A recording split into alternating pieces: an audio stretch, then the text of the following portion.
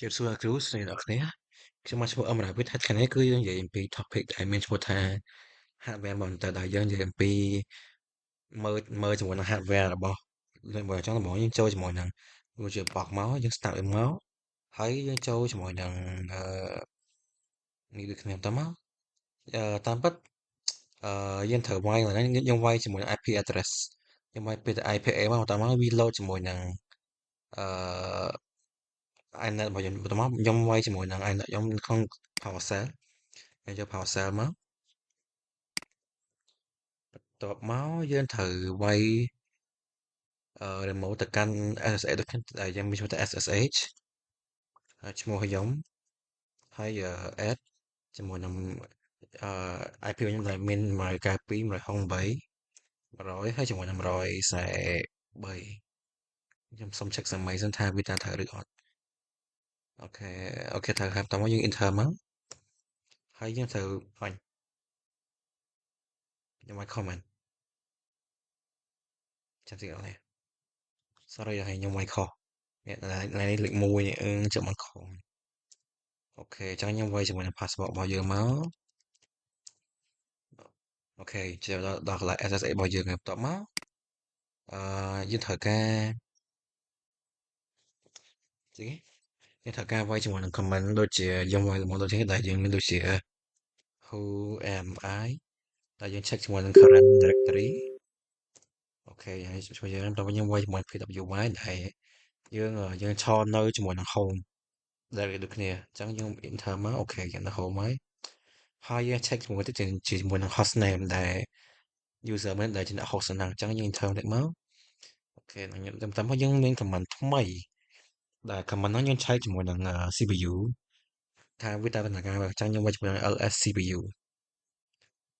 បន្តមកយើង enter មកអូខេអញ្ចឹងCPU ហ្នឹងគឺវាមានច្រើនដែលយើងត្រូវយើងមើលវាអញ្ចឹងដំបូងឡើយគឺ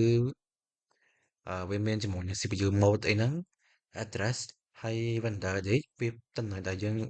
CPU មានទាំងអស់បន្ទាប់មកយើងវាយ command មួយទៀតដែល command ហ្នឹងគេហៅថា top យើងឆែកជាមួយនឹងទិន្នន័យដែលវាដំណើរការជាមួយនឹង current processing ដែលយើងដំណើរការលើចំនួន enter មកអូខេអញ្ចឹងគឺវាលុបមកហើយដែលទិន្នន័យដែលយើងវាក្នុងដំណើរការហ្នឹងគឺវាមានច្រើនហើយបើយើងឧទាហរណ៍ថាយើងចង់មើលទៅវាថាអូអត់ទេវាដូចពណ៌សលាតពេកអត់សម្បាក់មើលអញ្ចឹងយើងត្រូវប្រើ command ទៅដែលយើងជើហៅថា ETOP ប៉ុន្តែ ETOP ហ្នឹងជាត្រូវបង្កើតប្រសិនចឹងដំបូងត្រូវជាមួយនឹងចុច Control C ដើម្បីឲ្យយើងអាចវាយកន្លែងហ្នឹងវិញហើយយើងបង្កើតវាមកដែលមានឈ្មោះថា sudo apt install ហើយជាមួយនឹង ETOP ហើយយើងដកវាយមិនសិតដោយសារតែមុនក្រោយយើងក៏នឹងនិយាយសណ្ដែកទេចឹងយើង enter មកហើយខ្ញុំវាយជាមួយនឹង password ដូចគ្នាចឹងចាំទៀតគឺវា download អូខេគឺវា download ហើយបន្ទាប់ពី download ហើយគឺយើងត្រូវ check វាថាវា ETOP ហ្នឹងវាមានហើយនៅចឹងយើងវាយពី ETOP មកអូខេគឺអញ្ចឹងគឺវាមកឲ្យដែលវាមានពណ៌បៃតងលាយជាមួយ Q មើលទៅស្អាតមែនតើហើយវាក្រំមើលជាងមុនស្អាតតែវាមុនវារៀងមានសុបពណ៌សពេកអញ្ចឹងនេះគឺវាគ្រាន់មើលជាងមុនឆ្ងាយណាស់ហើយខ្ញុំមាន comment មួយទៀតដែលយើង comment អឺយើងវាយពាក្យថា control C មកដើម្បីយើងអាចវាយណាយើងវាយជាមួយនឹង ls blk អាហ្នឹងគឺយើងត្រូវ check ជាមួយនឹងloop ឈ្មោះ size ជាមួយនឹងតន្ន័យ hardware ដែលយើងមានដែលវាមានទូទៅទៅបន្ទាប់មកយើងឧទាហរណ៍មួយទៀតយើងចង់ delete ឬក៏មិន delete យើង kill វាយើងនិយាយថាយើងឲ្យវាដំណើរការនៅ top ណាមួយចង់យើងយើងទៅមើលវាមកឧទាហរណ៍ថាខ្ញុំអត់ឡើងចង់ឲ្យវាដំណើរការជាមួយនឹង top root 21ចុះអញ្ចឹងយើងបើវាថា kill បក